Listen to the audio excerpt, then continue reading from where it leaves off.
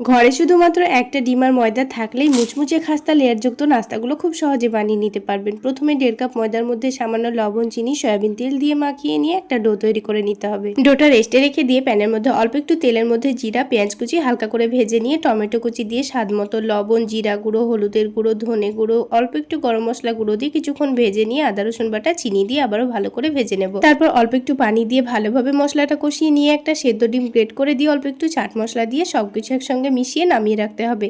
এবার আলাদা একটা প্লেটের মধ্যে অল্প একটু কর্নফ্লাওয়ার তেল দিয়ে একটা মিশ্রণ রেডি করে নিতে হবে। এবার এই ডোটা থেকে কয়েকটা লেচি কেটে নিয়ে সবগুলো রুটি একসঙ্গে বেলে রাখতে হবে। তারপরে একটা রুটির ওপর মিশ্রণটা লাগিয়ে দিয়ে অল্প করে ময়দা ছড়িয়ে দিয়ে আবারও ঠিক একইভাবে সবগুলো রুটি একটার পর একটা রেখে দিতে হবে। তারপর আলতো হাতে বেলে নিয়ে রোল করে নিতে হবে। এবার এই রোলটা থেকে কয়েকটা ছোট ছোট করে লেচি কেটে নিয়ে আলতো হাতে বেলে নিতে হবে। তারপর মধ্যেখানে ডিমের পুরটা দিয়ে এটাকে খুব ভালোভাবে মুখটা মুড়ে নিতে হবে। তারপর হাত দিয়ে একটু চেপে চেপে বড় করে নিয়ে হালকা গরম তেলের মধ্যে ছেড়ে দিয়ে উল্টে পাল্টে ক্রিস্পি করে ভেজে নিলেই তৈরি হয়ে যাবে দারুণ মুচমুচে নাস্তা। খেতে কিন্তু দারুণ হয়েছিল।